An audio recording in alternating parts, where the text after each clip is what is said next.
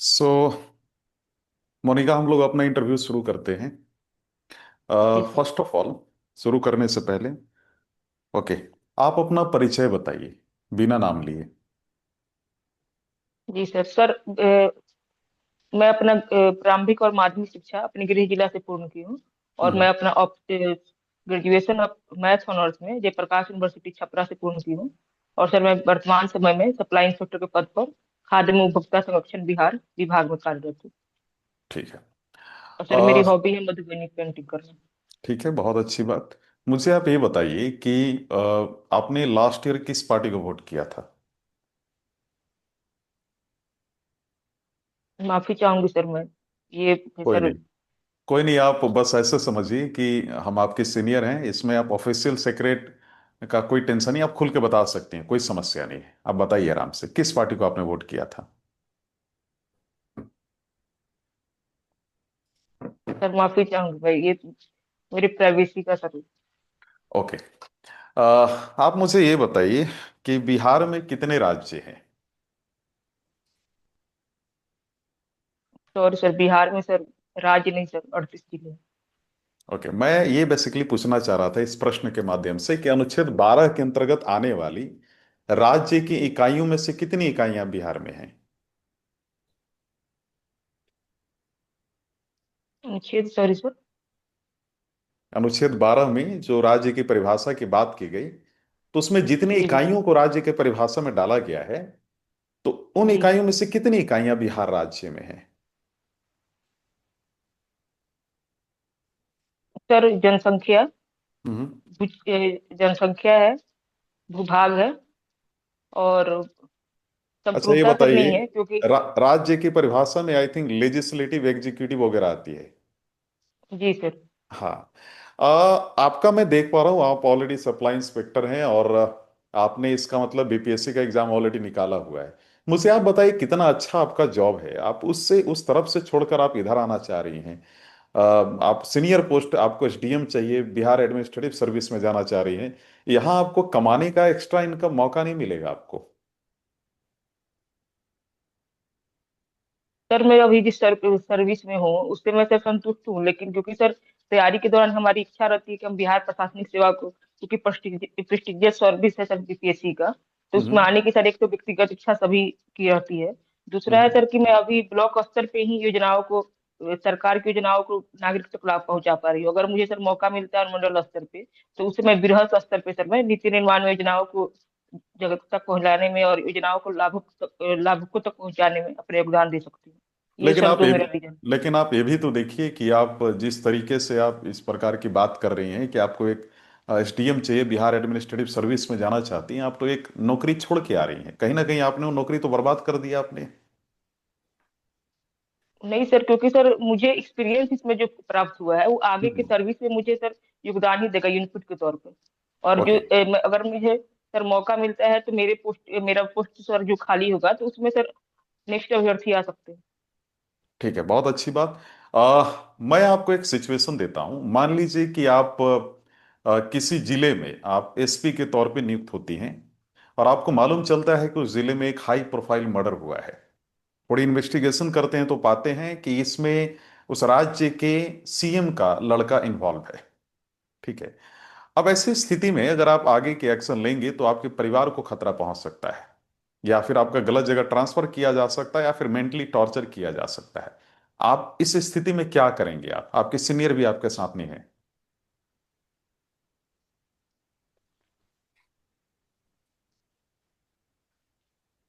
Sir जो SOP के तहत सर जो मुझे करना चाहिए मैं वही वो करूंगी। और रहा बात सर प्रेशर देने का मेंटली या ट्रांसफर का, तो सर सर्विस में तो 3 साल बाद ट्रांसफर होता है, ये बिहार में कहीं भी सेवा करना है। तो मुझे ये नहीं लगता है सर कि इसको लेकर के मुझे ज्यादा चिंतित होने की मैंने जरूरत होगी। मैंने बिहार राज्य नहीं, किसी भी राज्य की बात की आपसे। तो सर मैं कहीं पे भी मैं सर्वाइव सर कर सकती हूँ, इसके लिए ओके। कोई सर दिक्कत नहीं। ओके। आप मुझे बताइए, आपने सुंदरी देवी का नाम सुना है? जी सर। नागभट्ट टू की जो माता जी थी, जो गुर्जर प्रतिहार डायनेस्टी के एक बहुत बड़े राजा माने जाते हैं, उनके बारे में आपने सुना है, सुंदरी देवी के बारे में? Sorry sir. मैं रिकॉल नहीं कर पा रही हूँ। आपको नहीं लगता है कि आज के समय महिला सशक्तिकरण का गलत उपयोग हो रहा है? सर कुछ जगह पे माना जा सकता है, लेकिन पूरी तरीके से सर इसको एक तरफा मानना कि गलत ही यूज हो रहा है, ये कहना सही नहीं रहेगा। लेकिन कुछ जगहों पर सर देखा जा रहा है कि इसका मिस यूज हो रहा है, जिसको लेकर के सर सुप्रीम कोर्ट के द्वारा भी बोला गया था कि घरेलू हिंसा अधिनियम भी 2005 लाया गया है। उसके तहत अत्यधिक जो भी मामले दर्ज किए जा रहे हैं उसमें से अत्यधिक फॉल्स ही रहते हैं, तो इस बेसिस पे सर कह सकते हैं। लेकिन अगर दूसरे परिप्रेक्ष्य में सर देखा जाए तो महिला सशक्तिकरण से आज महिलाएं सर घर से सर बाहर निकली है, लेबर फोर्स में हम इनपुट अधिक हुआ है महिलाओं का। तो ये तो सर एक पॉजिटिव भी है, लेकिन थोड़ा सर इसका निगेटिव पक्ष भी देखा जा रहा है। ओके, आप मुझे ये बताइए, आपने ये सुना होगा कि 1774 में सुप्रीम कोर्ट की स्थापना कलकत्ता में हुई थी। क्या आप मुझे जी बताना सर। चाहेंगे कि उस पर्टिकुलर न्यायपालिका में या सुप्रीम कोर्ट में कौन कौन से जजेस थे उस दौरान? सर जो जज थे उनके सर मुझे नाम याद है, लेकिन तीन अन्य जज का सर मैं अभी रिकॉल नहीं कर पा रही। हम्म। सर अनुमान में लगा सकते हैं कि सर अ, मुख्य न्यायमूर्ति sir chamber hijack. Sorry sir, मैं रिकॉल नहीं हम्म। कर पा रही अभी। ओके। अभी हाल ही में आपने देखा साउथ चाइना सी का इशू बड़ा लाइमलाइट में है ना? जी और सर। वहीं अलास्का भी काफी ज्यादा न्यूज में बना हुआ है। क्या मुद्दा है ये सारा, कुछ बताना चाहेंगी आप? सर मुख्य रूप से जो दक्षिणी चीन सागर में सर जो संसाधन को लेकर के सर चीन उस पे चाहता है कि उसका प्रभुत्व जमा रहे, जबकि सर अदर जो नेबर मतलब वहाँ की कंट्री है, उनका मानना है कि इस पे सभी का होना चाहिए, संप्रभुता के हिसाब से सभी का संसाधन पे सभी का बराबरी हकदार होना चाहिए। और चाइना उस पे सर अत्यधिक आक्रमणकारी नीति अपना रहा है, इसी को लेकर सर विवाद चल रहा है। चलिए, मुझे आप ये बताइए, अभी हाल ही में एक बड़ा इशू देखा गया कि मनरेगा का नाम बदलकर VB जी राम जी कर दिया गया। आपकी जी सर। गोपालगंज की जो मातृभाषा या लोकल भाषा है आपकी, उस भाषा में जी आप सर। समझ लीजिए कि मैं और मैम हैं और भी जो हमारे बोर्ड मेंबर्स हैं उपलब्ध होंगे। आप हम सभी को एक लाभार्थी समझिए, और आप उस गोपालगंज की जो स्थानीय भाषा है उसमें आप VB जी राम जी को समझाने का प्रयास कीजिए, बेसिकली है क्या ये। जी sir. Sir VV Ram ji एक मनरेगा की जगह लाइल गई योजना बा। मनरेगा में जैसे कि 100 दिन के काम मिलत रहे, वैसे ही सर इसमें 125 दिन के काम मिली। और इसमें डीबीटी के माध्यम से मतलब कि डायरेक्ट बैंक से पैसा आई, तो इसके तहत अत्यधिक लाभ मिली। और दूसरा बात बा कि हमें मुख्य रूप से गांव के विकास खातिर मुख्य इस पे जोर मतलब जोर दिहल जाई, जिससे कि गांव के विकास हो पाए, और गांव के विकास होगी तो इनकम भी बढ़ी। तो इस सरकार की मनरेगा की जगह पे ये योजना लाई गई बा, जिससे चलिए, मुख्य रूप बहुत से। अच्छी बात है। बहुत अच्छी बात है। मुझे आप उन पंचवर्षीय योजनाओं के नाम बताइए जो अपने उद्देश्य को पूरा करने में असफल रही। सर तीसरी पंचवर्षीय योजना ठीक है, जो इसके कि उस बाद? समय सर और दूसरा सर मुझे भी याद नहीं आ रहा। ओके। आपको अगर मैं कहूं कि हमारे देश में जितने भी प्रधानमंत्री हुए, सबसे पहले तो मुझे बताइए कि आपको सबसे सबसे आपके प्रिय या रोल मॉडल जो प्रधानमंत्री वो कौन है? और आप 1947 से लेकर 2025 तक जितने भी प्रधानमंत्री हैं, उनका आप क्रमानुसार आप उनका नाम बताइए। सर प्रथम प्रधानमंत्री हमारे देश के थे माननीय श्री जवाहरलाल नेहरू जी।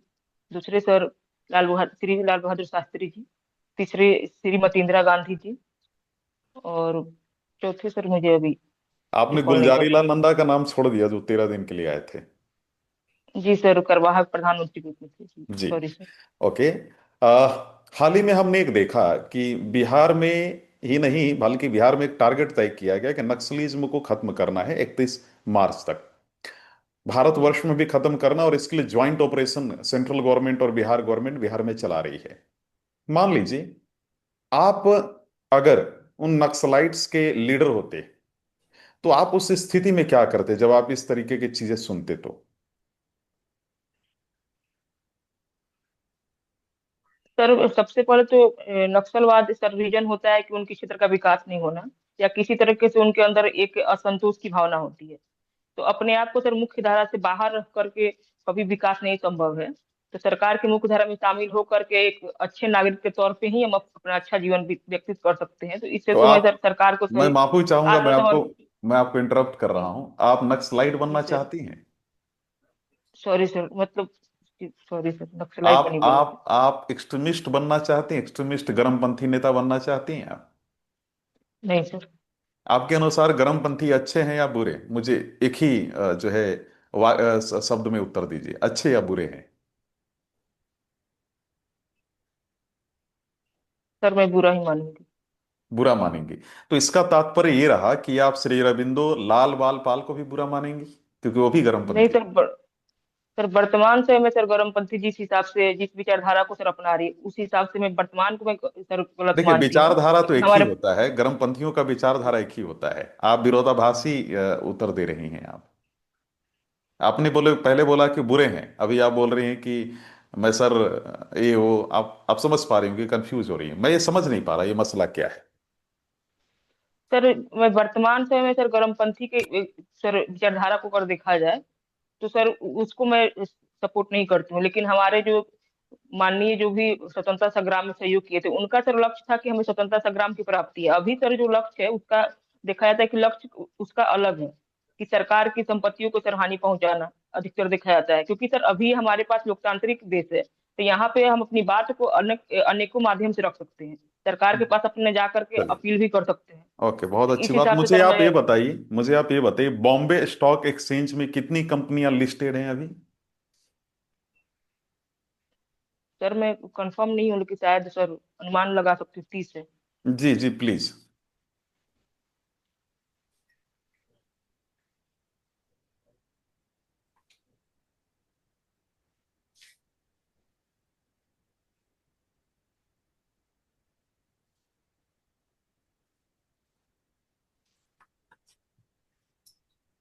जी, प्लस बताइए कौन कौन सी कितनी कंपनियां हैं?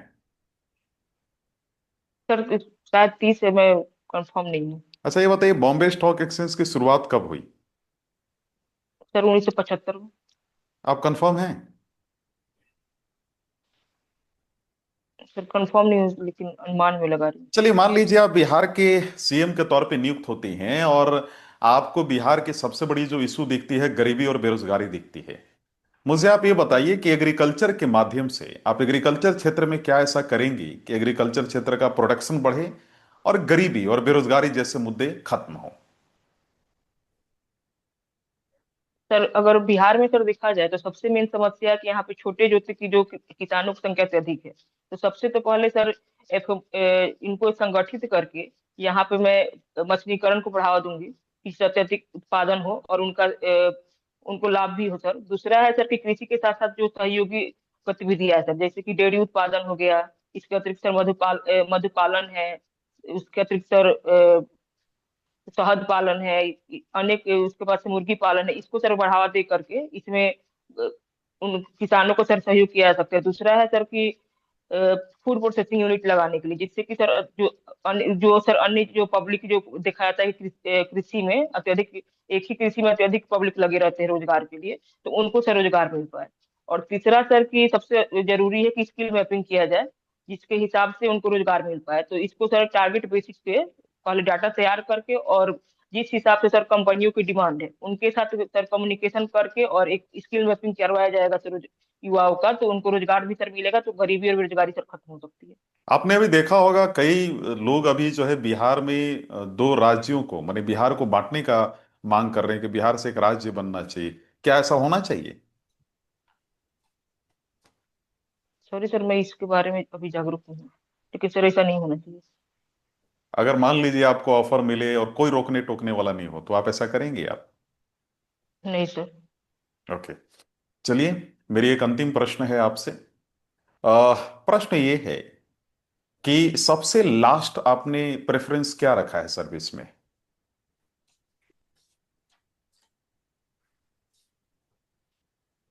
सबसे लास्ट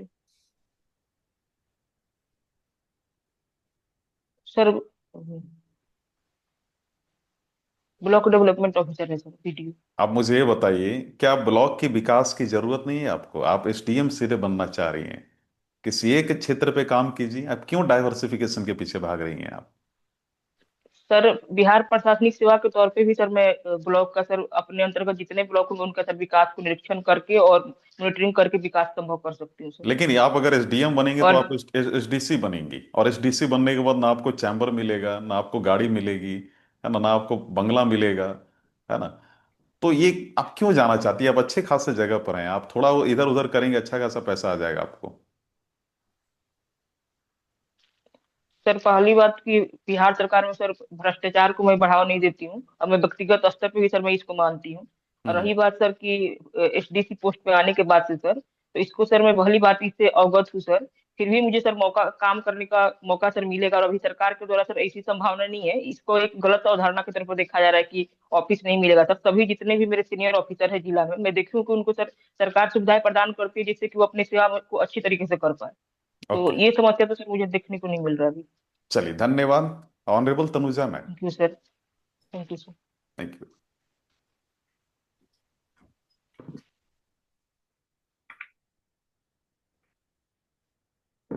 चलिए मोनिका, मेरा जी। जी मैम। पहला प्रश्न ये है कि मध्ययुगीन भारत में आपका चूंकि हिस्ट्री ऑप्शनल है ना। जी मैम। अच्छा, तो ये बताइए कि मध्ययुगीन भारत में भक्ति आंदोलन और सूफी आंदोलन ने क्या भारत के समाज को प्रभावित किया था अच्छे से? जी मैम, देखा जाए सर कि मैम भक्ति आंदोलन, तो भक्ति हम्म। आंदोलन में मैम मुख्य रूप से देखा गया कि जो जाति वर्ग का जो मैम उस टाइम पे प्रकाष्ठा थी उसमें सर कमी आई थी। सभी लोगों को, क्योंकि सर मैम भक्ति के माध्यम से, जैसे हम्म। कि मीराबाई, अनेक सर रैदास भी थे जो सप्रेस्ड क्लास के थे मैम, तो इनकी सर भी भागीदारी मैम देखी गई। तो एक टाइप से सर मैम देखा जाए तो ये जाति को कम किया। और सूफी आंदोलन भी जो मैम था, तो उसमें भी मैम देखा गया कि हिंदू और मुस्लिम सभी के बीच समरसता को बढ़ावा मिला। तो इस हिसाब से मैम देखा जाए तो प्रभाव पड़ा है इसका। Very good. ये बताइए, सूफीवाद भारत में कब से प्रभाव में आया? मैम 13वीं शताब्दी से। 13वीं शताब्दी से? जी किसके काल से? मैम, देखा जाए तो ये सल्तनत काल में मैम मुख्य रूप से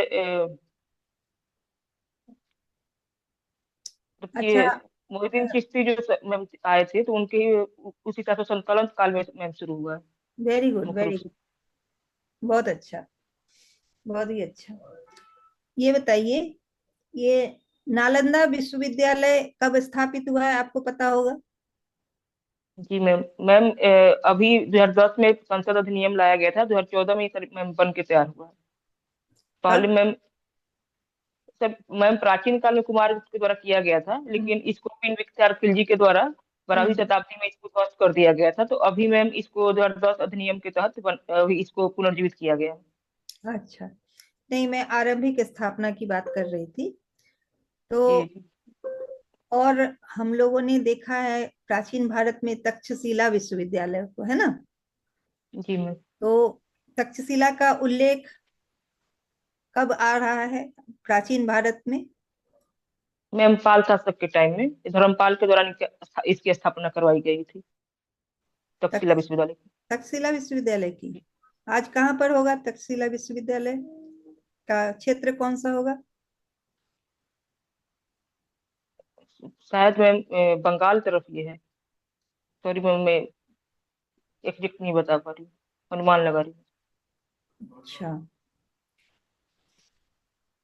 अच्छा, ये बताइए, आप मधुबनी पेंटिंग आपका हॉबी है ना? हूँ। जी मैम। अच्छा, इसमें कुछ दो तीन निश्चित प्रकार हैं जो बनते हैं, है ना?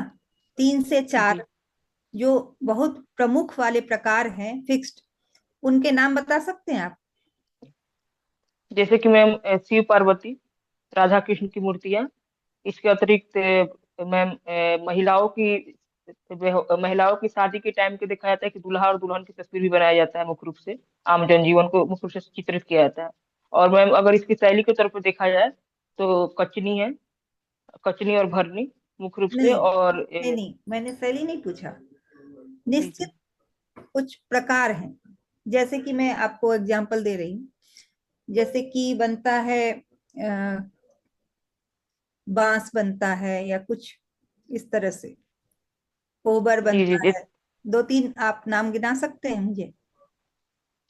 जी मैम, जैसे कि मैम राधा कृष्ण की मूर्ति, हम्म। कांच है मैम। मोर, नाम, मोर, नाम। हाँ।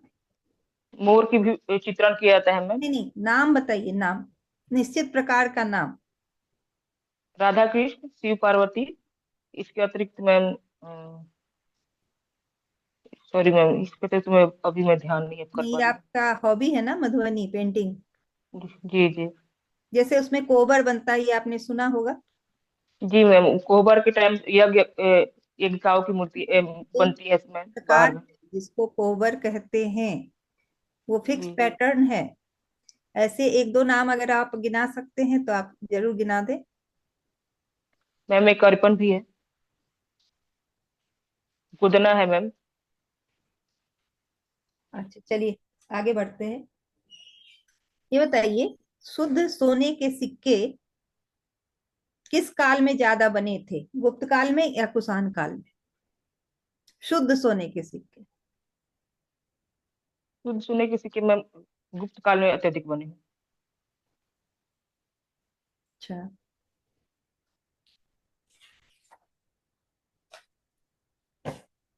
अच्छा, आप ये बताइए, जो हम लोग महिला सशक्तिकरण की बात करते हैं, तो आम तौर पर ये धारणा बन गई है कि सबको एक रोजगार में आ जाना चाहिए या नौकरी कर लेनी चाहिए। क्या लगता है कि और आयामों पर भी आज के दिन में विचार करना चाहिए कि उनका वैचारिक स्तर किस किस प्रकार ऊपर हो, ताकि भारत की जो आधी जनसंख्या है ये ऊपर आ सके? तो क्या क्या चीज, क्या क्या आयाम, अगर आप कुछ बता सकें। जैसे कि मैम महिला सशक्तिकरण का हम सिर्फ ये अर्थ नहीं है कि उनको सिर्फ सर मैम हम लोग जॉब श्रम दिला। बल में भागीदारी को बढ़ावा दीजिए। इसके हम्म। लिए मैम सामाजिक, आर्थिक और राजनीतिक सभी स्तरों पे उनको सशक्त करने की आवश्यकता है, जिससे कि आने वाली पीढ़ियों को भी सशक्तिकरण हो पाए। नहीं तो फिर मैम इसमें गैपिंग आ जाता है। तो इनको मुख्य रूप से मैम आर्थिक के तौर पे मैम अनेक क्षेत्रों में भी, जॉब के अलावा भी, जैसे कि महिलाएं जीविका के माध्यम से जुड़ रही हैं। राजनीतिक रूप से भी उनको सशक्तिकरण की आवश्यकता है, जैसे कि बिहार सरकार के द्वारा मैम किया भी गया है कि 50% आरक्षण दिया गया है, जिसका मैम लाभ मिल रहा है। और इसके अतिरिक्त मैम मुझे लगता है कि ये पंचायत स्तर पे ही अनेक जो वाद विवाद होते हैं, योजनाएं जो है उसमें महिलाओं की भागीदारी को बढ़ावा जाया जाना चाहिए, कि जिससे वो सशक्त हो पाए और अपनी जो चुनौती है उसको रख पाए, और उस पे सर मैम अच्छे से विकास संभव हो पाए। अच्छा, चलिए मेरा एक एक और अंतिम प्रश्न है। बताइए कि ये जो तुर्काने चहलगामी था, ये किसने आरंभ किया था और किसने समाप्त किया था? आप सुने हैं कभी तुर्काने चहलगामी? आपने सुना होगा। जी मैम, सॉरी मैम, मैं रिकॉल नहीं कर पा रही हूँ अभी। नाम सुनी हूँ लेकिन रिकॉल नहीं कर पा रही मध्ययुगीन भारत से है। अब थोड़ा ध्यान करें।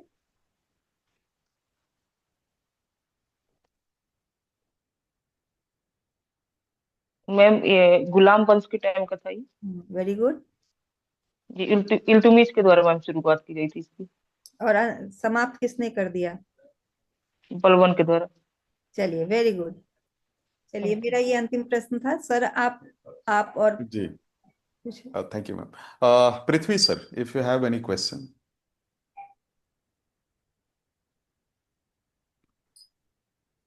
Okay, so I think sir का कनेक्शन ही ओके। मुझे ये बताइए मोनिका, आपके गोपालगंज से आप बिलोंग करती हैं, वहाँ की सबसे बड़ी इशू क्या है? सर बाढ़, बाढ़ की प्राकृतिक समस्या है। आपदा सबसे। जी। ओके, तो और मुझे ये बेरोजगारी भी बताइए। सर। जी जी जी। जी। मुझे आप बताएंगे कि गोपालगंज की बेरोजगारी की क्या कुछ रिपोर्ट या डेटा कुछ बताना चाहेंगे, किस स्तर की बेरोजगारी है? सर मुख्य रूप से सर मौसमी बेरोजगारी देखा जाता है, ओके। जिसके कारण सर वहाँ पे पलायन भी अत्यधिक, सेकेंड रैंक पे बिहार में गोपालगंज है पलायन हम्म के मामले में। तो मुख्य रूप से मैं सर देखा जाता है कि वहाँ पे जब सर उद्योग की जब सर संभावना होती है, जैसे कि गन्ना हम्म उद्योग में गोपालगंज आगे है, तो उस हम्म टाइम सर बेरोजगारी की कम स्तर देखा जाता है। लेकिन जब गन्ना उद्योग का सर सीजन चला जाता है और कृषि का, तब वहाँ पे बेरोजगारी का स्तर ऊंच देखा जाता है। आपका जो सब्जेक्ट है मैथमेटिक्स था ग्रेजुएशन में? जी सर।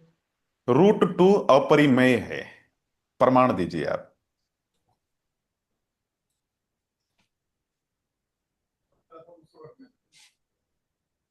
सर परिमेय नहीं अपरिमेय है सर। आप कंफर्म है आप? जी सर। रैंक न्यूलिटी थ्योरम का आपने नाम सुना होगा, क्योंकि आपका ग्रेजुएशन मैथमेटिक्स से है आपका। Sorry sir, okay. मुझे ध्यान नहीं आ रहा था। आप बिहार बोर्ड से आपने 10 12 किया है, जयप्रकाश नारायण यूनिवर्सिटी से, जयप्रकाश यूनिवर्सिटी से आपने पढ़ाई की है। आप जी बताना सर। चाहेंगी जयप्रकाश नारायण के बारे में, उनका क्या योगदान रहा इतिहास के पन्नों में? सर सबसे बड़ा योगदान उनका सर देखा जाता है भारत छोड़ो आंदोलन में। उसको हम्म। सर जब सभी नेताओं की सर गिरफ्तारी गिरोह आवर के तहत कर दी गई थी, तो इसको सफल बनाने में सबसे बड़ा योगदान इनको माना जाता है। आजाद रास्ता के द्वारा गठन करके हम्म। इन्होंने छापामार युद्ध के माध्यम से इसको सर एक तरह से देखा है तो पूरा सफल बनाया है। तो सबसे बड़ा योगदान सर इनका भारत छोड़ो आंदोलन में के रूप में देखा जाता है। दूसरा है सर सर्वोदय आंदोलन के तौर पे। सर्वोदय मुझे, आंदोलन में भी इन्होंने जी जी, जी कंटिन्यू कीजिए प्लीज। सर्वोदय आंदोलन जी सर, सर्वोदय आंदोलन में भी देखा गया कि जयप्रकाश नारायण जी के द्वारा भ्रष्टाचार, बेरोजगारी सभी मुद्दे पर लोकतंत्र को सर अत्यधिक परिपक्व करने के लिए योगदान दिया गया था। दूसरा है सर कि इनका भूदान आंदोलन में भी देखा गया सहयोग इनका। ओके। आपकी हॉबी मधुबनी पेंटिंग है। जी सर। इसमें क्या, किस प्रकार के स्ट्रक्चर होती है, किस उद्देश्य से इसका जो है कलाकृति की जाती है, इसका क्या उद्देश्य, क्या है इसका, थोड़ा बताना चाहेंगे इस पे आप? सर मुख्य रूप से आम जनजीवन का चित्रण इसमें किया जाता है, जैसे कि सर विवाह के तौर पे विवाह के समय गुजना, विवाह में कोहबर का सर किया जाता है चित्रण, जिसमें मुख्य रूप से अनेक चित्र बनाए जाते हैं। जैसे कि अगर हाथी है तो उसका सर कुछ मतलब उद्देश्य होता है, जैसे कि उसका उद्देश्य है समृद्धि का। उसी हम्म। प्रकार से सर मोर है। इस हिसाब से सर बनाया जाता है, उनका कुछ ना कुछ उद्देश्य रहता है। आपका ये जो मधुबनी पेंटिंग है, आप जब बिहार जी एडमिनिस्ट्रेटिव सर्विस में जाएंगे तो किस तरीके से आपको हेल्प करेगा ये? सर, मधुबनी पेंटिंग मुख्य रूप से एकाग्रता को बढ़ाने में कोई भी पेंटिंग सर योगदान देता है। तो किसी भी प्रशासनिक सेवा में आने के लिए जरूरी है कि आपके पास एकाग्रता होनी चाहिए। हम्म। तो इस हिसाब से सर मुझे लगता है कि सहयोग मिलेगा। दूसरा है सर कि इसमें महिला सशक्तिकरण को भी इसमें देखा जाता है कि महिलाएं काफी भागीदारी है। तो इसको मैं सर चाहूंगी कि अनेक जो जिस भी क्षेत्र में मेरा सर पोस्टिंग होता है वहां की कला को मैं आगे बढ़ाऊं। उसके लिए ओके। सर मैं स्थानीय मेला के तौर पे, स्थानीय मेला जो होगा वहां पे उसको मैं चाहूंगी कि वहां से स्थानीय लोग उसकी बिक्री को मैं संभव करवाऊं। और दूसरा सर कि मैं जैसे कि वैश्विक स्तर पे उसको सर लाया जा सके, उसके लिए ट्रेनिंग कॉलेज दिलवा करके उसको वैश्विक स्तर पे हम लोग एक रोजगार का माध्यम में बनवा सकते हैं। आप सप्लाई इंस्पेक्टर हैं, मुझे ये बताइए टीपीडीएस कब लॉन्च किया गया था, target public distribution system? Sir 1997 में। Okay. So thank you Monika. मैं चाहता हूं पृथ्वी सर आपसे कुछ प्रश्न पूछे। जी थैंक यू सर। जी, good honourable evening Prithvi sir. Sir. Good evening sir. हाँ, good evening, good evening. Prithvi sir आपकी वॉइस कट रही है। तो मैं सबसे पहले ये जानना चाहता हूँ कि आपने, मेरी वॉइस कट रही है क्या? जी जी। Hello sir. हाँ सर, अभी आ रही है सर, मेरी आ प्लीज। रही है आवाज? जी जी। हाँ जी, मैं ये पूछना चाह रहा था कि आपने ग्रेजुएशन कहाँ से किया है और आपका सब्जेक्ट क्या रहा था? सर जयप्रकाश यूनिवर्सिटी से, और मैथ मेरा सर सब्जेक्ट रहा था। अच्छा, मैथ्स रहा था। अ, अच्छा, मुझे ये बताइए कि इंटीजर क्या होता है? इंटीजर क्या होता है? सर मुख्य रूप से इसको एक परिवर्तन के तौर पे देखा जाता है। Integer okay. को किसी भी संख्या में से जो परिवर्तन आ रहा है उसको मापना हो तो इंटीजर का सर यूज किया जाता है। अच्छा, आप सिविल सर्विसेज ज्वाइन करना चाहती है, पहले से आपने कहीं और भी आप जॉब कर रही हैं, आखिर ये वहां से मूव ऑन करने का क्या मतलब, मेन रीजन क्या हो सकता है? आप मुझे ये शॉर्ट में बता दें। सर मैं अभी बिहार प्रशासनिक सेवा में सर आना चाहती हूँ। अभी मैं बिहार सरकार की ही सब सेवा में कार्यरत हूँ। एक तो सर मेरी की डाइवर्सिटी बिहार प्रशासनिक सेवा में है, जो ओके। किसी भी लंबे समय तक सर्विस करने के लिए बेहतर होता है। मैं अलग अलग सेवाओं में सर योगदान दे सकती है। दूसरा है सर कि एक अच्छे करियर पर्सपेक्टिव से भी मैं ज्वाइन करना चाहती हूँ बिहार प्रशासनिक सेवा। अच्छा, अभी हाल फिलहाल में जो हमारा टैक्स जो देने का जो सिस्टम है उसमें कुछ बदलाव किए गए थे, ठीक है, निर्मला सीतारमण जी के द्वारा। तो आप हमें ये बता सकते हैं कि जो टैक्स सिस्टम में जो बदलाव किए गए थे वो क्या क्या है और इससे हमारे इंडिया को क्या बेनिफिट मिल सकता है, इंक्लूडेड बिहार। सर मुख्य रूप से इसमें बदलाव किया गया है कि जो पहले सर चार जो इसका टैक्स स्लैब था उसको दो स्तर पे कर दिया गया है, 5 और 12% पे ही सर। तो इसमें ओके। सर मुख्य रूप से सर कृषि के लिए 5% कर दिया गया है, जिससे कि इनपुट में उनकी लागत कम हो जाएगी, तो इससे उत्पादन को और बढ़ावा मिलेगा। दूसरा है सर कि इसमें देखा गया है कि जो मुख्य वस्तुएं है, आवश्यक वस्तुएं, वहां पे जीरो किया गया है, तो इससे मांग बढ़ेगी। तो मांग बढ़ने से हमारे औद्योगिक विकास को भी वृद्धि मिलेगा। और तीसरा है सर कि तीसरा है सर कि जैसे कि पहले था कि अगर कोई भी जो व्यापारी है इनपुट को खरीदता है, तो सर उसके बाद भी उसको टैक्स बेचने पे लगता था, तो उसको सर अत्यधिक नुकसान होता था। इसमें सर उसको हटा दिया गया है, एक ही टैक्स लगेगा, तो इससे भी सर निवेश को बढ़ावा मिलेगा। अच्छा, आप ये हमें बता दें कि एमएसपी के बारे में तो आप जानते होंगे, एमएसपी। जी सर। जी जी जी। ठीक है। तो इसमें एमएसपी के बारे में आप जानते हैं तो मुझे ये बताइए कि गन्ना पर एमएसपी दिया गया है या नहीं, अगर दिया गया है तो इसका क्या बेनिफिट्स हमारे इंडिया को मिल सकता है जो इथेनॉल ब्लेंडिंग में एक बहुत बड़ी भूमिका निभा सकता है। तो आप हमें इसको शॉर्ट में बताने की कोशिश करें, सॉरी। जी सर, एमएसपी दिया गया है गन्ना पे। हाँ। इससे सर इससे लाभ हुआ कि जो गन्ना की तरफ किसानों का रुझान अत्यधिक बढ़ा है उनको, क्योंकि उनको एक निश्चित राशि प्राप्त होगी। और इसके तहत सर इथेनॉल को भी बढ़ावा दिया जा रहा है, इथेनॉल उत्पादन प्रोत्साहन नीति भी लाया गया था सरकार के द्वारा। तो जो हमारी सर जैसे कि ईवी इलेक्ट्रॉनिक, मतलब हम लोग चाहते हैं कि ग्रीन एनर्जी की तरफ बढ़े, तो इथेनॉल उसमें सबसे बड़ा सहायक होगा। जो 20% हम लोग का लक्ष्य है कि 20% उसको लागू किया जाए, तो इस तौर पर सर देखा जा रहा है कि इसको लाभ मिल पाएगा। सॉरी। अच्छा, एक सोमालीलैंड का नाम सुने हैं आपने? सॉरी सर, क्लियर आवाज नहीं आ पा रही है। सोमालीलैंड। क्लियर वॉइस नहीं आ रही है। सोमालीलैंड हाँ। का नाम सुने हैं, सोमालीलैंड के बारे में? सोमालीलैंड का? सोमालिया जी हाँ, सोमालीलैंड के बारे में। सॉरी सर, मैं देख लूंगी, मैं नहीं जान नहीं अभी पढ़ी उसके बारे में। अच्छा, आपने नहीं सुना है। ओके। इंडिया और मुझे भूटान के बारे में एक शॉर्ट रिलेशंस बता दीजिए जिससे हमारे यूपी, झारखंड, बिहार और बंगाल को बेनिफिट्स हो अभी तक हो रहा है और आगे भी होने वाला है, इंडिया और भूटान।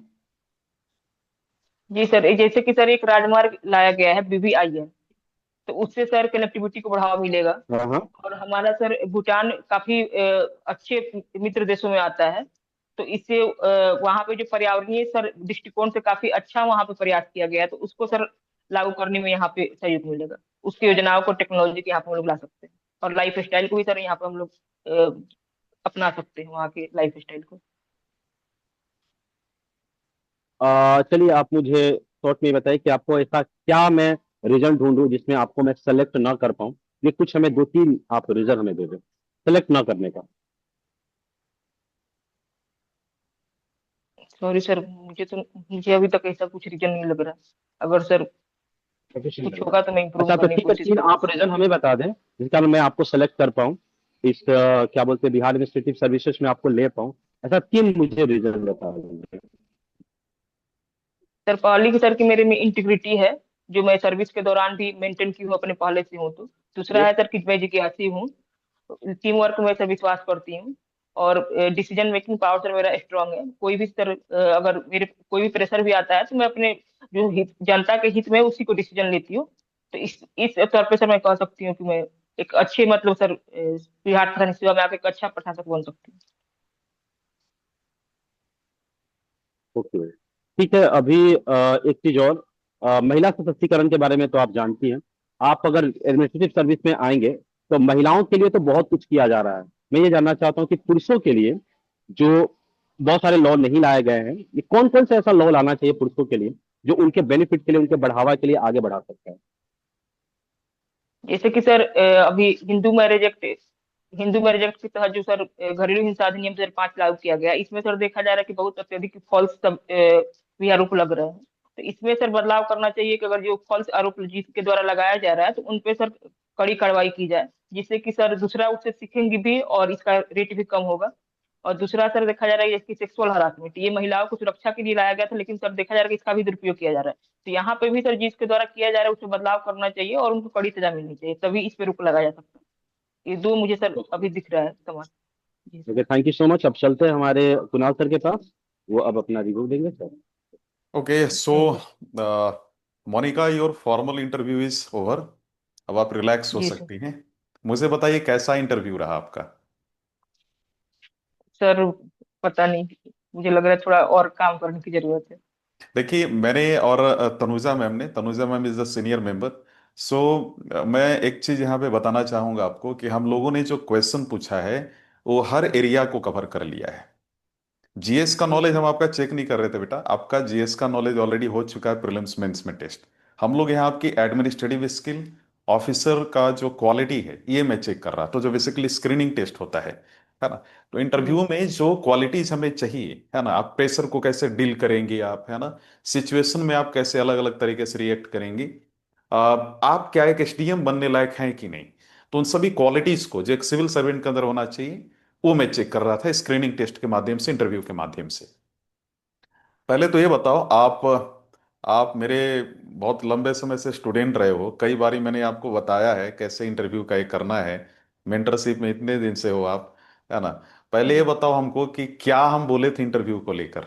इस बीच में काफी बार क्लास ज्वाइन आप लगातार करते रहे, क्या आपको एक चीज मालूम चला कि सर ये इंटरव्यू में आप बोले थे हम ये चीज यहाँ लागू किए हैं, इसके बाद हम कुछ राय देंगे।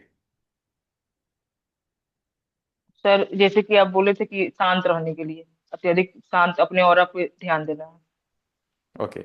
और और सर मतलब कि पर्सनालिटी पे ध्यान देना है अपनी। एग्जैक्टली देखो मैं एक चीज बताऊं, आपके अंदर जो अभी सो पूरा इंटरव्यू को देखने के बाद जो सबसे बेस्ट चीज मुझे लगा कि आप, मतलब आपको जितना डर लग रहा था ना मोनिका कि सर अभी रेडी नहीं हूँ, सर अभी थोड़ा रुक जाती हूँ, I am telling you Monika, Tanuja मैं अभी, आपको तो मालूम है कितनी मॉक ले चुका हूँ। आपने एक स्टेटस मेरा देखा होगा व्हाट्सएप पे, है ना। सो अभी क्या है ना, आप ऐसे समझो कि अभी तक सबसे बेस्ट कैंडिडेट्स मुझे दो ही मिले, दो नहीं तीन कहूंगा। एक तो कल मैंने संतोष का लिया है इंटरव्यू, जो ऑलरेडी ऑफिसर हैं एमईओ में। फिर इसके बाद मुझे सुशील मिले और एक आप मिले, एक और हमको लड़की मिली काजल गोस्वामी, है ना। सो उनका मैंने मौक लिया, सी वॉज ऑल्सो डिजर्विंग। ठीक है। तो आप ऐसे बच्चे हो ना कि आप लोग फंस ही नहीं रहे हो ट्रैप में। मैंने बोला हाँ। किस पार्टी को आपने वोट किया, आपने बोला सॉरी सर मैं नहीं बताना चाहूंगी। मैंने उसमें लुभावना भी दिया आपको, है ना। तो आप नहीं फंसे, इससे साबित होता है कि आप लोग कल को गए सर्विस में जाएंगे, आपको कोई बोले मैडम 2 लाख रख लीजिए, नहीं सर। मैडम 20 लाख रख लीजिए, नहीं सर। मैडम 2 करोड़ रख लीजिए, नहीं सर। ये वाले आप लोग ऑफिसर हो। ठीक है। नहीं तो आमतौर पे मोनिका हो क्या रहा है कि मैं जितना इंटरव्यू ले रहा हूं उसमें से 99% कैंडिडेट एक तो बोल दे रहे हैं बीजेपी या जदयू और राजद, या फिर 2-3 बार जीत करने पे बोल दे रहे हैं। तो ये बड़ी अच्छी चीज है कि ऑफिशियल सेक्रेट डेकोरम वो आप मेंटेन कर रही हैं, राइट टू प्राइवेसी को अच्छे से मेंटेन कर रही हैं। कुछ अच्छी बातें कर लेता हूं, इसके बाद आऊंगा मैं। काल माइंड के साथ आप उत्तर दे रही थी, आपने सभी मेंबर को आपने विश किया, है ना। आपने, एक चीज मैं बोलूंगा यहाँ पे कि जब आपसे मान लो कोई आप उत्तर दे रहे हो, मैंने बीच में क्वेश्चन कर दिया, रुक जाओ तुरंत, है जी ना। सर। तुरंत रुक जाइए, फिर थोड़ा वेट करके उस क्वेश्चन का उत्तर दीजिए।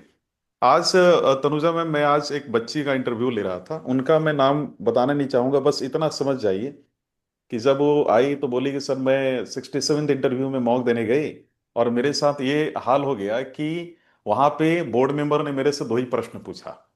पहला प्रश्न उन्होंने मेरे से पूछा कि आप ये बताइए कि एसडीएम का सबसे अपर पोस्ट कौन होता है। इंग्लिश में बोल दी वो, और उनका उम्मीद था सभी बोर्ड मेंबर का कि हिंदी में बोलेगी। हम्म। तो बोली कि आप तो हिंदी मीडियम में आकर यहाँ पे सेवा करेंगे, आप ये क्या इंग्लिश में बोल रही हैं।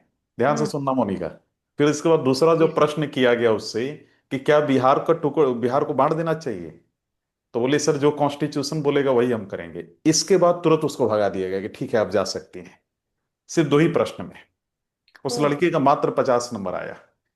तो आज बड़ा हैरान थे कि सर मैं इतने वर्षों से परेशान हूं, प्लीज बताइए क्यों ऐसा किया गया। पहला तो देखो उसका ड्रेसिंग सेंस, दूसरा पर्सनालिटी बहुत मैटर करता है, फर्स्ट इंप्रेशन यही से होता है। विश करने का उसका तरीका अच्छा नहीं था। तो याद रखना, जब भी मॉक इंटरव्यू में जाना, है ना। जी सर। ये माफ कीजिए, जब भी इंटरव्यू में जाना तो आप वहां पर जो भी मेंबर्स बैठे हों उनमें से आप सभी मेंबर को क्या बोलेंगे, आप मान लीजिए चेयरमैन है तो उनको प्रणाम सर मत बोलना। अगर प्रणाम सर बोलना है तो ठीक है, मतलब मुंह में जो आ जाए, क्योंकि प्रेशर इतना होता है कि पता नहीं चलता है। तो आप अगर प्रणाम सर करना है तो सिर्फ करो जो चेयरमैन है, बाकी सब के आगे ऐसे अदब से ऐसे, है ना, कर देना है। सबको प्रणाम प्रणाम सर नहीं बोलना है, इसको बटरिंग कहा जाता है ना। तो प्रणाम सर नहीं करना, कोशिश करो कि अगर आफ्टरनून का टाइम है तो गुड आफ्टरनून, मॉर्निंग का टाइम है तो गुड मॉर्निंग, ऐसे विश करना है। तो जैसे आप इंटर किए, है ना, अब मुझे उम्मीद है कि आप मधुबनी पेंटिंग की साड़ी क्रीम कलर का वो बॉर्डर वाला सब पहन के जाएंगे आप, है ना, क्रीम कलर का जी साड़ी। जी सर। और बॉर्डर पे आप मधुबनी पेंटिंग ब्लाउज, ये आपका ये वाला है ना, हाई नेक वाला है ना आपका। जी जी। कितने जी तारीख सर। को इंटरव्यू है आपका? सर 23 तारीख को। 30 को है। मैं बोलूंगा ना कि सर कॉलर वाला मत 23 को पहनना। है सर। हाँ, 23 को है तो सर फिर 23। ठीक है। जी। ब्लेजर किस कलर की है आपकी? सर ब्लैक कलर की। ठीक है। हाथ में कलावा रिंग ये सब मत पहनना, कुछ वॉच मत पहनना, जी। कान में नाक में ये सब मत पहनना। आमतौर पे जो फीमेल कैंडिडेट है लिपस्टिक लगा के जाती है, मत जाइएगा, ये रेलेवेंट क्वेश्चन बन जाएगा। आप तो ये सब से भी दूर रहती हैं काफी ज्यादा, है ना, तो उससे दूर रहना बेटा। एक चीज याद रखना, first impression is the last impression. Officer जैसा बिहेव जी दिखना सर। चाहिए। आप ऑलरेडी सप्लाई इंस्पेक्टर हो, आपसे बहुत एक्सपेक्टेशन रखेंगे वो, है ना। तो ये हो गया। दूसरा, जैसे इंटर करो चेयर के बगल में खड़े हो जाओ, जब तक बैठने के लिए नहीं बोटे बोले बैठना नहीं है। ध्यान से सुन लो। विश कैसे करना मैंने बता दिया। चेयरमैन को विश कीजिए, गुड आफ्टरनून गुड मॉर्निंग जो भी है। कोई लेडी मेंबर है फिर उनको विश करो, बाकी सभी की तरफ ऐसे ऐसे कर दो हल्का सा। फिर इसके बाद जब बोलने बैठने के लिए बोले बैठ जाओ आराम से। जैसे ही पहला प्रश्न करें, पहले प्रश्न करते ही आप उनका उत्तर दीजिए, और याद रखो कि उस उत्तर में ऐसा वर्ड डालो जो आपके कंफर्ट एरिया से हो, जैसे सप्लाई इंस्पेक्टर, वहां से कोई भी क्वेश्चन पूछ लिया जाएगा आप उत्तर दे दोगे, है ना, उसको कर लो। या फिर कोई एक जो सबसे स्ट्रांग एरिया है जैसे मधुबनी पेंटिंग, है ना, तो जब बोले तो उसमें हॉबी और करंट जॉब पे थोड़ा ज्यादा प्रेशर डालना। हर बात में जो है थोड़ा थोड़ा सप्लाई इंस्पेक्टर है उससे रिलेटेड टर्म्स को यूज करना, ताकि पूरा इंटरव्यू आपका उसी दिशा में चला जाए। जी ये याद सर। रखना है। कोई बोर्ड मेंबर आपको टारगेट करे, कभी कभी हंसते हैं बीच में, आपको बोले कि ऐसे नहीं होगा ऐसे, तो बोले माफी चाहूंगी सर, सर मेरे ज्ञान में इतना ही है सर, या मैं इससे असहमति व्यक्त करना चाहती हूँ सर इस बिंदु पे, है ना। ये करना है। अगर मान लो गेस करना, मैं आई गेस सर, क्या मैं गेस कर सकती हूँ सर, कोई इंग्लिश में पूछ रहा है तो हिंदी में बोलो। आप उनको बोलिएगा सर माफी चाहूंगे सर मेरा माध्यम हिंदी है सर, है ना। चेहरे पे स्माइल, किसी प्रकार का कोई टेंशन नहीं। अगर कोई मेंबर आपसे प्रश्न पूछ रहा है 80% आप उसमें नजर रखिए, बाकी अदर पे 20% रखिए, है ना। जाते वक्त धन्यवाद कह के जा सकते हो। चलने पे थोड़ा ध्यान देना, कई बार क्या होता है, अभी मैं मॉक ले रहा था, कई लड़कियां हड़बड़ी में कैमरा लगा कैमरा गिरा दी, है ना। एक लड़की आ जाए धड़ल्ले से एंट्री मारी, and you will amaze that Monika, वो लड़की जो है, मैं नाम नहीं लूंगा लेकिन बता दो, रोहतास में वेलफेयर ऑफिसर है वो, ठीक है। सो आई, हड़बड़ी में एंट्री की वो, एंड जैसी एंट्री की वो अपने आप बैठ गई। तो इससे मालूम चला कि आप ऑफिसर हैं, तो आपने सोच लिया कि कुर्सी हमारे लिए ही लगा है।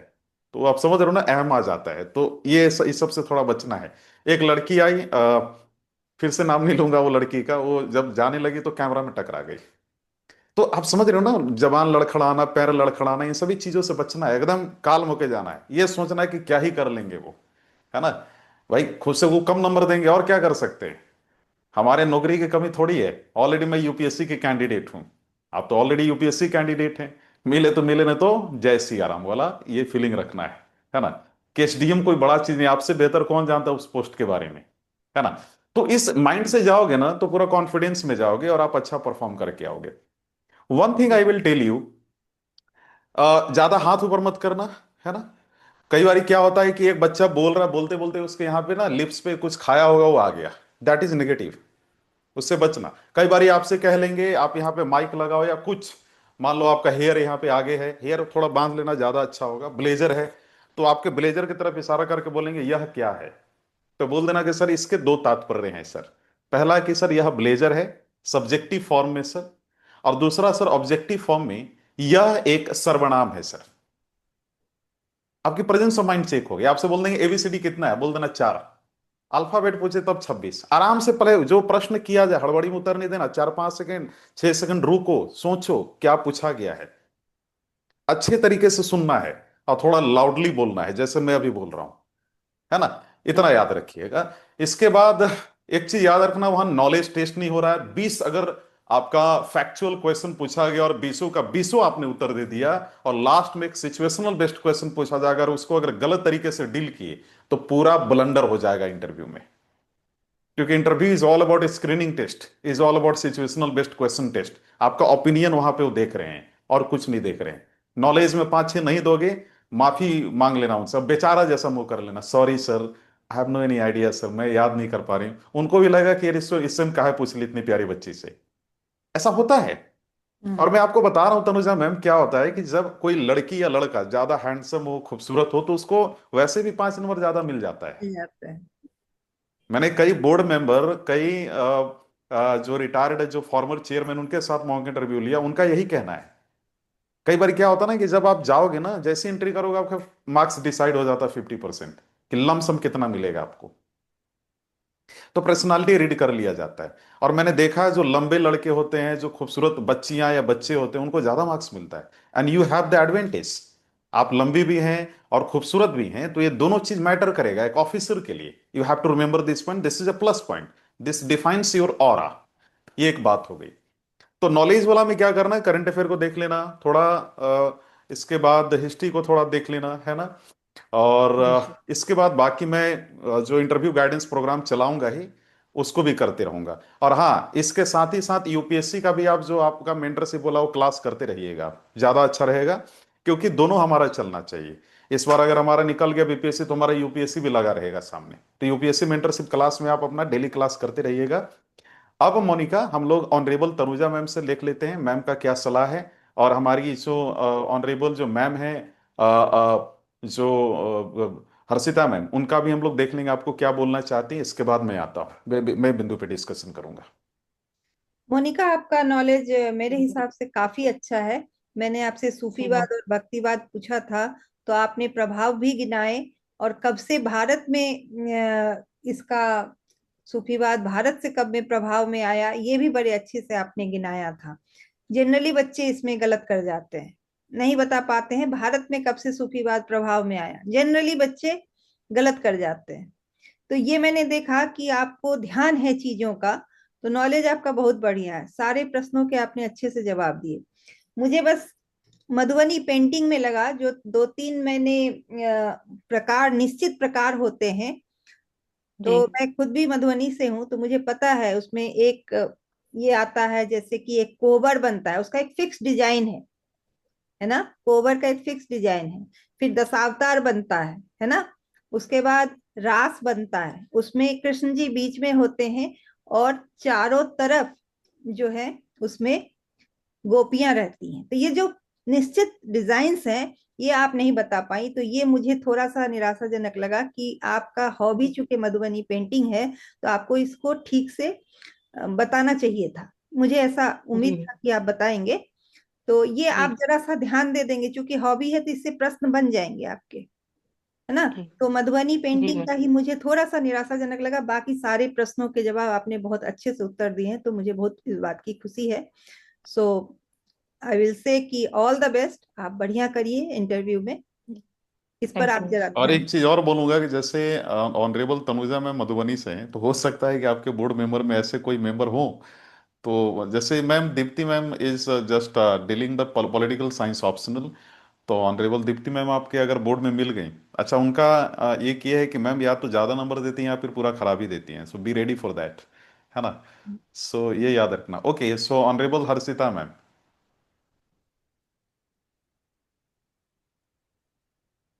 अनम्यूट कर लीजिएगा मैम।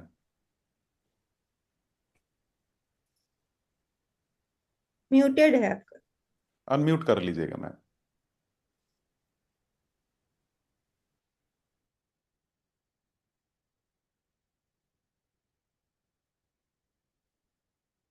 जी हेलो। मैम, जी मैम। हाँ। जी। जी मैम। सॉरी, मैं तो इंटरव्यू नहीं ले पाई सॉरी, ओके तभी। ओके, कोई नहीं मैम। हाँ तो, yes ma'am, please if you want to guide something for the interview, Monika कुछ बताना चाहें आप। जी गुड इवनिंग मैम। हाँ जी। थोड़ा मैंने तो आपका नॉलेज चेक किया नहीं वैसे। आपका ऑप्शनल हिस्ट्री है ना? जी मैम। और आपका ग्रेजुएशन मैथमेटिक्स है, राइट? जी जी। तो थोड़ा आप जैसे कि अभी जो करंट में रामानुजन सर के ऊपर कुछ मूवीज आने वाली हैं और आ चुकी हैं, उसके ऊपर थोड़ा सा आप देख लीजिएगा, है ना? जी मैम। ठीक है। और करंट में जितने भी इश्यूज चल रहे हैं, आप उसको इरेस्पेक्टिव ऑफ एनी ऑप्शनल और ग्रेजुएशन, क्योंकि जैसे कि ट्रम्प ने 500 जो हमारा टैरिफ है वो सब आप देख लीजिएगा, क्यों लगाया जा रहा है, जो ट्रेड डील हुआ वो किस बेसिस पे हुआ, तो ये सब काफी चर्चा में है आजकल।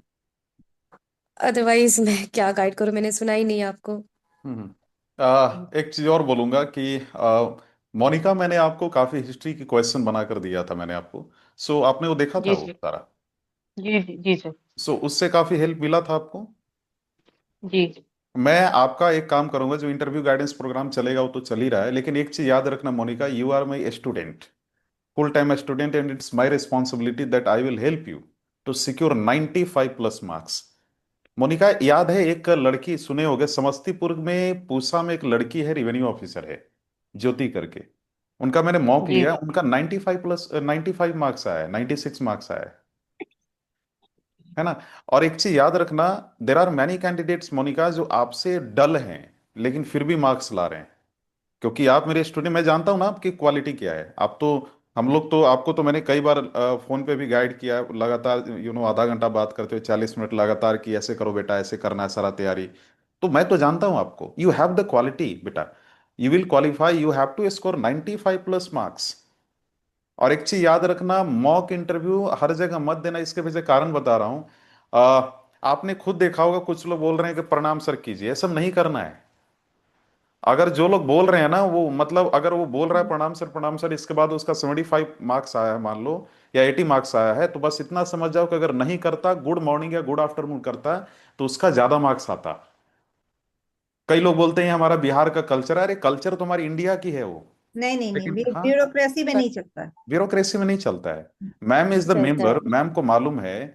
हम लोग जानते हैं, हम तो काफी बार चेयरमैन सर और बोर्ड मेंबर के साथ लिए, उनका सीधा कहना है कि सर वो जो बोलता है ना, ब्लंडर है, मार्केट में अजीब प्रकार का लोग बता रहा है। ब्यूरोक्रेसी में एकदम नहीं चलता, नहीं चलता ऑफिशियली है। आपको प्रणाम नहीं करना है। ठीक है बेटा, सीधा बोलो गुड आफ्टरनून सर, जी सर। है ना? आपको देखकर ना पॉजिटिव भाई आना चाहिए उनको। ठीक है, हम लोग कर लेंगे इंटरव्यू गाइडेंस प्रोग्राम पे पूरा, मैं आपको सिखा दूंगा, आप टेंशन मत लो। अब मुझे बताओ, डर लग रहा है क्या? पहले तो बहुत डर रहे थे कि सर, अब बताओ कैसा लग रहा है बेटा? सर ठीक है, लेकिन कॉलेज थोड़ा डर लग रहा था कि पता नहीं मुझे नॉलेज है आपको कि नहीं है उसमें। मोनिका, मोनिका इसलिए इंटरव्यू नहीं दे पा रही थी मैम, कि इनको एक डर था कि सर क्या होगा सर, लेकिन अच्छा बीच में तबीयत भी खराब हो गया था। बहुत अच्छा इंटरव्यू दिया आज, बहुत हाँ बढ़िया। मोनिका, थोड़ा तबीयत पे ध्यान देना, और इसके बाद be ready, you are going to crack this examination, है ना? और मैं जी सर। आपको डीएम के तौर पे देखता हूँ हमेशा, मैं आपको अगर बोलोगे तो मैं दिखा दूंगा, मोनिका आईएएस लिखा हुआ है। आपका जो नेम है मेरे फोन में, मोनिका आईएएस लिखा है, मैं बड़ा बिलीव करता हूँ मैनिफेस्टेशन में, है ना? तो आप बनोगे, ये लिख लेना। एसडीएम तो छोटी सी झांकी है, पूरी मूवी तो अभी बाकी है ना? तो इसी के साथ कुछ मोनिका प्रश्न है तो पूछ लो आप तीनों से। मैम सर पूछना था कि मतलब मैं जो बोल रही हूँ पॉइंट वाइज है कि नहीं। हाँ हाँ, एक चीज, हाँ मोनिका, एक चीज बोलना चाहूंगा, जो उत्तर आप दे रही हो ना, एक चीज याद रखना कि जहां ना बुझाए, जहां लगे तनी सा भी कि यार कुछ गलत हो रहा है, बोल दोगे सर सॉरी सर, तुक्का नहीं लगाना है ना? जी। तुक्का नहीं, आपने कई बार कई क्वेश्चन को ऐसे ही ऊपर ऊपर से सतही ज्ञान के साथ आप गुजारने की प्रयास किया, बचिएगा, है ना? शायद इसलिए हो रहा था कि शायद आप कंटेंट को या नॉलेज को या फिर स्टैट्स को बहुत दिन से रिवाइज नहीं की होंगी, इसलिए शायद ऐसा इशू हो रहा होगा। लेकिन बचना है, इस बात पे ध्यान देना। नहीं आता है सीधे बोलो सॉरी सर, मैं अभी रिकॉल नहीं कर पा रही हूँ, बात खत्म। कोई सर अगर हंसे सिचुएशनल वहां पे, बेस्ड बोलिए। सर सिचुएशनल बेस्ड क्वेश्चन जो आप पूछे वो सर सही से टैकल किए कि नहीं। अच्छा है, कहीं मुझे। बहुत अच्छा है, लेकिन सिचुएशनल बेस्ड क्वेश्चन को डील करने का तरीका यह है कि अगर कोई बोल दे, तो बस इतना समझ जाओ कि जो कॉन्स्टिट्यूशनल हो, जो लीगल हो, जो एसओपी कहता हो, है ना, जो एथिकली सही हो, वही उत्तर दो, जो बैलेंस्ड हो, है ना, जहां पर दोनों पहलुओं को ध्यान में देखा जाए। अगर कोई चीज अच्छा है तो उसका बुरा एक पक्ष भी है, ये सारी चीजें देखकर चलनी है। ठीक है। दूसरा चीज कि आप जिनको आदर्श मानती हैं, या फिर मान लो कि आप मुझे सोच लो कि अगर कुणाल सर होते तो क्या करते, है ना, या फिर आप टीएन सेशन को सोच लो कि अगर वो होते तो क्या करते। आप ये सोच लो कि हमारे जो लाइक एक आपने आप मुझे लगता है कि आप गांधी जी के बड़े फैन हैं, मुझे ऐसा शायद मैंने कहीं सुना, हो सकता है मैं गलत बोल रहा हूं। अगर आप जिसके भी फैन हो, उनको सोच लो कि वो होते तो क्या करते। नहीं हो तो भगवान कृष्ण को मान लो, राजनीति में काफी अच्छे उनके भगवान के रोल रहे हैं, तो आप समझ लो कि वो होते तो क्या करते। अच्छा, भगवान कृष्ण आदर्शवादी चीज नहीं करते थे, प्रैक्टिकल करते थे, जो आज के समय से काफी प्रासंगिक है, तो उसको कर सकते हैं। ठीक है, शिवाजी होते तो क्या करते। अब ऐसा नहीं कि किसी ने अगर कोई क्राइम किया उसको गला काट दो, ये वह भी नहीं होना चाहिए, है ना। सो ना ज्यादा रिजिड, ना ज्यादा इमोशनल। जैसे मैं आपको बोल दूं कि आप मम्मी और पापा में से किसको सिलेक्ट करेंगे, सिंपली बोल दो सर दोनों ही मेरे लिए प्रेरणा स्रोत हैं, मेरे लिए बड़ा कठिन होगा सर, उसके आगे नहीं जाएंगे वो। बस हो गया। Middle path. मिडिल पाथ अपना लो। बुद्ध ही बुद्ध क्यों बने, और कोई क्यों नहीं बना, है ना। तो आप बोल सकते हैं कि सबकी सर अपनी संघर्ष, सबकी अपनी जर्नी होती है सर, उन्होंने वो सारा संघर्ष किया, उनकी वो यात्रा रही, उस दौरान भी कई लोग कर रहे होंगे सर। अभी अभी ये देखो कई लोग यूपीएससी का तैयारी कर रहा है, लेकिन हर कोई एक माइलस्टोन थोड़े क्रॉस कर पाता है। तो बुद्ध ने वो संघर्ष किया, बुद्ध की वो यात्रा रही है, उस दौरान भी कई लोगों ने प्रयास किया होगा, ऐसा थोड़ी इतनी बड़ी जनसंख्या है, हर कोई करता है। और बड़ी अजीब बात है कि मैं जो सोचता हूं, मेरे जैसा और भी यूपीएससी का दूसरा कैंडिडेट सेम चीज सोचता होगा, लेकिन कुछ तो डिफरेंस है कि मैं आज यहाँ हूं, आप समझ पा रहे होगे मेरी बात को। बहुत सारी जी चीजें पूछी जा सकती हैं, इस चीज पे याद रखना। और कुछ प्रश्न है? नहीं सर, सर काम किस पे मैं कर सकती हूँ, कुछ सर कमी जो आप लोग आ, कमी मैं एक ही चीज कहूंगा कि जो आपने लिखा हो तो ठीक है, रिकॉर्डेड वीडियो में दे दूंगा, वैसे मैं आपसे बात कर लूंगा, इंटरव्यू गाइडेंस प्रोग्राम में रहोगे तो हर चीज आपका प्रॉब्लम दूर कर दूंगा। एक चीज याद रखना कि अभी जो काम करना है ना, स्टैट्स को रिवाइज करो आप, जितना भी है सब्जेक्ट उसको रिवाइज करो फटाफट, है ना। दूसरा, ड्रेसिंग सेंस अच्छा है आपका, पर्सनालिटी अच्छी है, मैंने देखा है खुद आपको। सिचुएशनल बेस्ड क्वेश्चन का तरीका मैंने बता दिया, नॉलेज को करो रिवाइज। 23 तारीख को है ना जी आपका, सर। हमारे पास 12 दिन है जी मात्र, सर। 12 दिन है मात्र। जी जी। मोनिका, कल से इंटरव्यू का सारा प्रोग्राम चल रहा है, programme in the sense class चलेगा 5-6 दिन तक, उसको कर लेना, इसके बाद कुछ नहीं रहेगा बेटा। मैं कह रहा हूं ये मेरी जिम्मेदारी है, मैं बड़ी बड़ी बात नहीं कर रहा हूं, मेरी जिम्मेदारी है, क्योंकि आप मेरे अपने छात्र हैं, तो मेरा अपना नैतिक जिम्मेदारी है कि आपको हम निकलवाएं। 5400 बच्चे तो ठीक हैं, उनमें से जो हमारे अपने बच्चे हम उसको निकलवाएंगे ना, कि हम उन बाकी बच्चों पे फोकस करेंगे। ये हर कोई, मैं थोड़ा सा इसमें हूँ सेल्फिश, कि मेरे अपना जो बच्चा हम उस पर ज्यादा फोकस करेंगे, है ना, कि उसको बिल्कुल। निकलवाना है ना। तो मेरा ये गोल है कि 95+ आपको लाना है, और ये वेरी मच पॉसिबल है, इसके लिए आप टेंशन मत लो आप। ठीक है जी सर। मोनिका, ओके। जी सो रिलैक्स रहो, खुश रहना, ये पूरे 23 तारीख तक खुश रहोगे तो ज्यादा प्रोडक्टिव रहोगे, है ना। जी। और आंख में आंख मिला के बात करना, नजर मत चुराना। अरे आज मैं, तनुजा मैम, मैं आज मैं ले रहा था एक इंटरव्यू, एक बच्ची आई, she was intelligent, but while giving her mock interview she was trying to just look कि ऊपरे देख रही है हर प्रश्न में, हाँ। तो दैट इज रॉन्ग, वो तो पूरा बर्बाद कर देगा वो पूरा। तो उससे उससे बचना है बेटा, ठीक है। हम नहीं देखना है। तनुजा मैम, आप कुछ बताइए, चूंकि आप ब्यूरोक्रेसी से, कुछ एक दो इनको सलाह दे दीजिए आप। नहीं नहीं, मैं जी मैम। आप जो बार बार कहते हैं और मेरा भी वही मानना है, ब्यूरोक्रेसी में बेटा ये बहुत सिंपल फंडा है कि प्रणाम कितना भी कोई बोले कि ये हमारा बिहार का संस्कृति है, नहीं। ब्यूरोक्रेटिक संस्कृति में अलग है, ब्यूरोक्रेटिक संस्कृति में बस ऑफिशियल रिलेशन अलग है और दूसरा रिलेशन अलग है। ऑफिशियल रिलेशन में प्रणाम नहीं चलेगा, आपके फैमिली रिलेशन में प्रणाम पाती पैर छूना सब चलेगा, चरण स्पर्श सब चलेगा। लेकिन हाँ, जो रिलेशन ऑफिशियल है उसमें प्रणाम नहीं चलेगा। ओके, सो हर्षिता मैम, आप लास्ट में कुछ, इसके बाद हम लोग विदा लेंगे सभी लोग। नहीं ठीक है। All the best, do well. Okay, all the best thank you ma'am. DM Monika. All the best dear, Monika. All the best, है ना। थैंक यू अब मैम। Thank you. अच्छे से काम करिए अभी थोड़ा सा, और हो जाएगा, ठीक है है। ना। ओके, चलिए, all the best and good night all of you. और good good night. Night ma'am. Thank you ma'am. Thank you sir.